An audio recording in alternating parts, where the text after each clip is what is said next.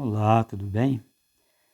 Não parece honesto ficar acusando a Igreja Adventista de seita e dizendo que ela prega heresias, porque o entendimento da Igreja Adventista, das suas doutrinas, está baseado na Bíblia. O que pode acontecer de pessoas que têm entendimento diferente, igual a questão do juízo investigativo. Muita gente fala que essa é a maior heresia da Igreja Adventista. Porém, na Bíblia, ela tem muitas passagens que dão noção de juízo investigativo. O próprio Jesus fala sobre isso. Aqui no livro de Mateus, no capítulo 22, a partir do verso 1, fala sobre a parábola das bodas. Fala de um rei que ele convidou muitas pessoas para a boda do seu filho.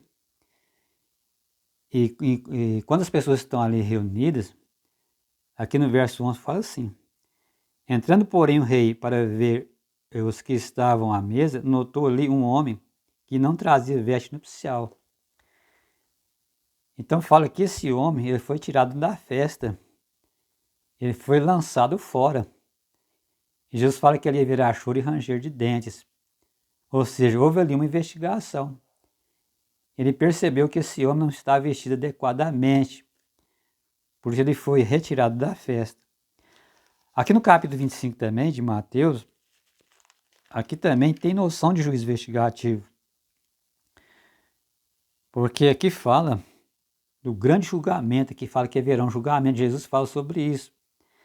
E Jesus fala, quando vier o Filho do Homem, na sua majestade, e todos os anjos com ele, então se assentará no trono da sua glória, e todas as nações serão reunidas em sua presença.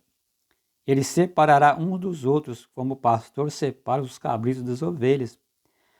Porá as ovelhas à sua direita, mas os cabritos à sua esquerda.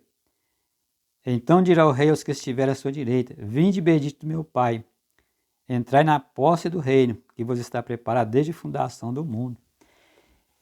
E aqui fala como que será feita essa separação. E é um julgamento pelas obras. Você lê Mateus 25, a partir do verso 31. Aqui fala como será separar essas pessoas. São separadas porque algumas pessoas fizeram as obras e outras não. Então esse julgamento aqui, nitidamente julgamento pelas obras. Então a gente aceita Jesus pela fé, mas Tiago fala que a fé sem obras é morta. As obras são exercício da fé. Se a pessoa tiver fé e não tiver obras, então essa pessoa ela está, pela sua ação, comprovando que ela não tem fé a coisa nenhuma. Aqui também no livro de Daniel, ele tem a visão de um julgamento. Está Daniel no capítulo 7, a partir do verso 9. E aqui no verso 10, no verso 9, Daniel tem a visão de um trono. Vou ler o verso 9 também. Fala assim: continuei olhando até que foram postos os tronos, e o ancião de dias se assentou.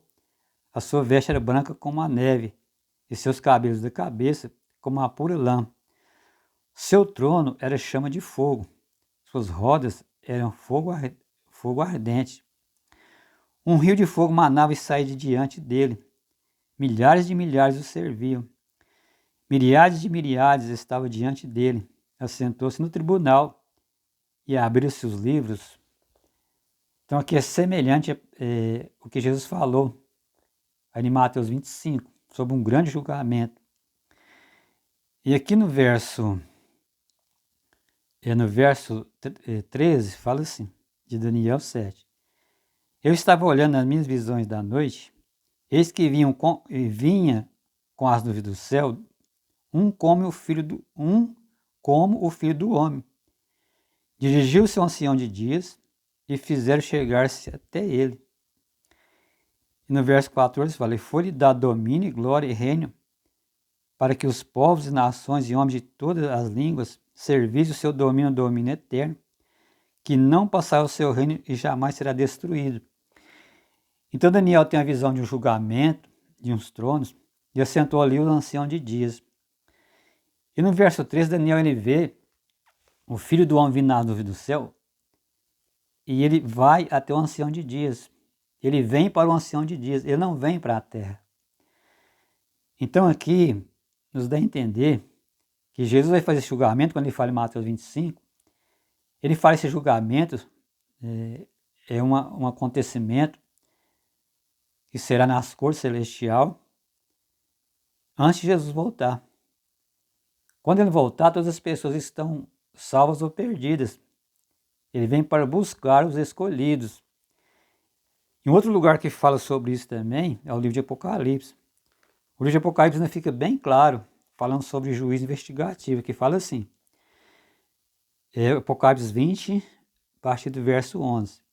Vi um grande trono branco, aquele que nele se assenta, de cuja presença fugiram a terra e o céu, e não se achar lugar para eles. Vi também os mortos, os grandes e os pequenos, postos em pé diante do trono. Então se abriram os livros, ainda outro livro, o livro da vida, foi aberto. E os mortos foram julgados segundo as suas obras, conforme que estava escrito nos livros. Deu mal aos seus mortos que neles estavam, e a morte e o além entregaram os mortos que neles havia, e foram julgados um por um segundo as suas obras. Então aqui fica bem claro que haverá um julgamento, porque a igreja adventista chama de juízo investigativo. Antes que Jesus venha, vai acontecer esse juízo. E esse juízo já está acontecendo, porque primeiro Jesus vai julgar os mortos. Aí entra aquela questão da purificação do santuário de 1844, que a igreja adventista acredita que nessa data começou esse julgamento, mas o julgamento dos mortos. Se a gente ler aqui no livro de Apocalipse, no capítulo 11, a gente tem um pouco de noção sobre isso, que é o julgamento dos mortos. Aqui, Apocalipse 11, no verso 18, que fala assim: Na verdade, as nações se enfureceram.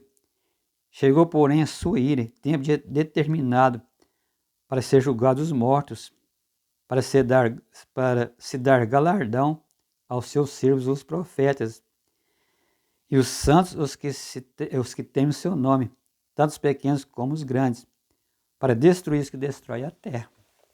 Então, o que está falando do julgamento dos mortos é o que a igreja adventista acredita. Isso aconteceu praticamente no surgimento da igreja adventista, em 1944. Que a igreja adventista, quando ela compara as cortes celestial com o tabernáculo na terra, porque no livro de Hebreus fala que existe um tabernáculo no céu, que Deus erigiu e não o homem, e Jesus entrou ali com o seu próprio sangue.